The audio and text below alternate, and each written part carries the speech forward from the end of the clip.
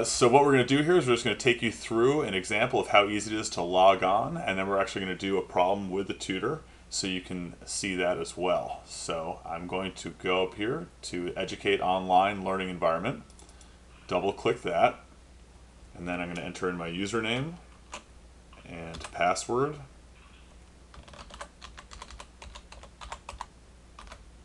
And I will log in. So once you've logged in, you'll be brought to this screen here, which shows your learning environment will have your name, and then it gives you a few options. So we are going to join a session. Now when you join a session, you're either going to choose your verbal tutoring or your math tutoring. As you can see right here, you have an option in the drop-down box. So today is my verbal prep day, so I'm going to select verbal. I'm going to select my teacher, so you'll select your tutor from the box, and then I will put the password in, which in this case my password is Ivy West. Once I do that, it alerts me to start my session. So I'm going to start my session, and once I do that, this is what you will see. So prior to your tutor coming on, you will see this screen, and you will be able to use these icons on the left. There's an eraser, there's a pencil, which will allow you to draw things with your mouse or with the pen and tablet that we will send to you when you sign up for the online tutoring. There's also this stamp button, which allows you to put gold stars and things of that nature. You know, if you've done a good job, your tutor can also turn that off, so don't get carried away. And there's also this A is for text box, so you can write a text box. You can say, hi, how are you? And you can actually type in the text box. There's also this line functionality, which you can use for, I guess, math problems. You can use it to underline things, what have you. We have a highlighter here, so you can highlight things. You can highlight what you wrote before. And then there are some other boxes which allow you to do shapes, which will come in handy if you're trying to cover up answers so you don't look at the answer choices prior to answering a question. All right, tutor. All right, so I'm going to serve up some content for you. Let's do sentence completions today because that is a good interactive demonstration. I am selecting from a menu of all of the Ivy West content, which is deconstructed into short modules for the purpose of this online platform. That sounds good. Now I'm going to select the sentence completion lesson, which should screen onto the student's dashboard within just a second or two. Tell me when you can see this screen.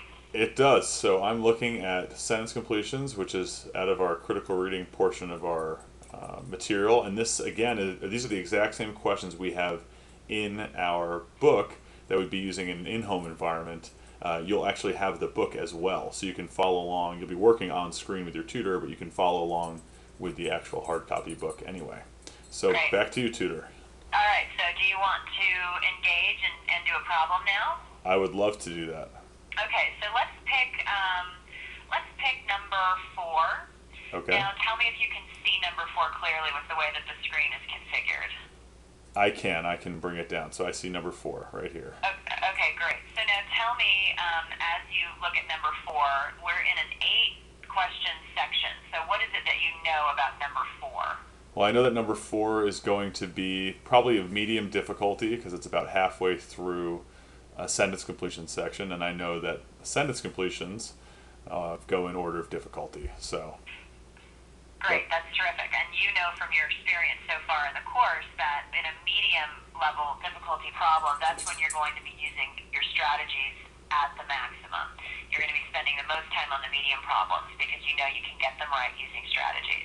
So what's the first thing you're going to do when you look at number 4? The first thing I want to do actually is put a block over my answer choices. I'll do that for you right there. Oh, I just did. I beat you to it.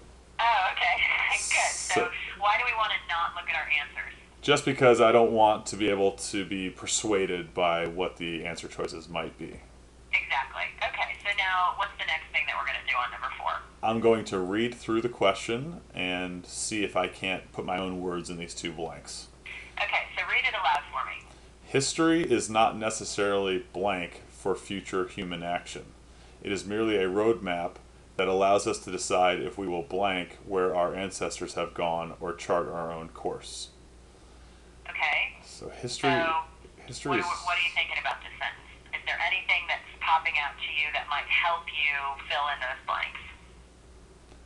well, I would say that I'm having difficulty with the first blank, so I'd say the second blank, it is merely a roadmap that allows us to decide if we will blank where our ancestors go. So I'm going to say that could be go. I think that might be go, because it's kind of blank where our ancestors have gone. So go where our ancestors have gone or chart our own course. Okay, so where are you actually going to write go now? I'm going to write it right here. Do it. Go. So you can see I can just write right on this, and the tutor, excuse me, can also see what I'm doing. And then history is not necessarily blank for future action, human action. I'm having a hard time with that one. It is merely a roadmap that allows us to decide if we will go where our ancestors have gone or chart our own course. Okay, do we have any sense of the connotation of that word? If it's positive or a negative? I think I actually have a word that's coming to mind now. It's not necessarily, doesn't necessarily dictate future human action, is kind of what I'm thinking. Okay. So can I put that in there? Yeah, that's good. You worked it out. Yeah. Sorry. Took me a little while. Okay, so as you can see, you can write the word right in here. And then this is important because you want to get yourself used to using the pen and tablet, and because you're obviously, when you take these tests, it's a long time. You want to be familiar with marking up the tests, as that's one of our major strategies. I'm going to go with the word I'm most confident with, which is the second blank, which is go. I got that one right away. And I'm going to go through and quickly eliminate words that have nothing to do with that that word or kind of that frame of mind. Okay, good. And you'll be eliminating the entire answer choice. So get to it. So I'm going to say succumb is not go. Okay. Overcome is not go. Follow could be. Okay. Explore could be. I'm not really sure about repudiate. We will repudiate where our ancestors have gone. If you're not sure, what can or can't you do? I'm not going to eliminate it because I don't know that very well. Good. Okay. Good. Okay. So now let's go to the first blank and start looking at the first word of each answer choice. Okay. So I said dictate. History is not necessarily does not necessarily dictate. So I'm changing the sentence a little bit. But I know the word I'm thinking about here. Indicator could work. A Rubicon, again, I don't know that. I don't think that's right. And an outline could work. I don't think go and explore where answers have gone, because explore would be chart our own course. So looking at that one, I'm going to get rid of that. So I'm down to the last two. Okay, good. So what do we know about that when we're here at this point in answering a question? Based on the fact that it's number 4, I'm going to say that it wouldn't be repudiate, because that's too difficult of a vocabulary word, and this one works perfectly.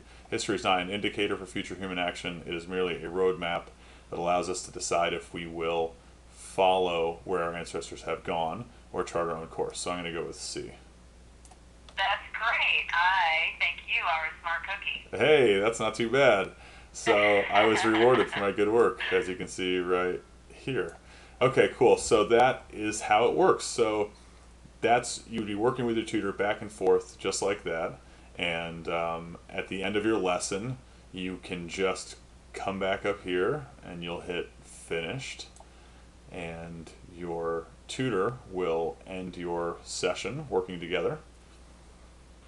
And once that happens, you will be free to go. So the teacher has ended our learning environment session, and you're back to your screen.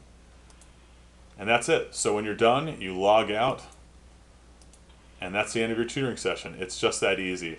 And the great part about this, again, is that you have the opportunity to be tutored at a time that's convenient for you in the comfort of your own house. As long as you have an internet connection, you can get the same exact tutoring that you would get in our one-on-one home environment. So we're really excited about it. As you can see on the screen right here, this is the headset and the tablet featured at one of our college nights that we attended. So we look forward to working with you,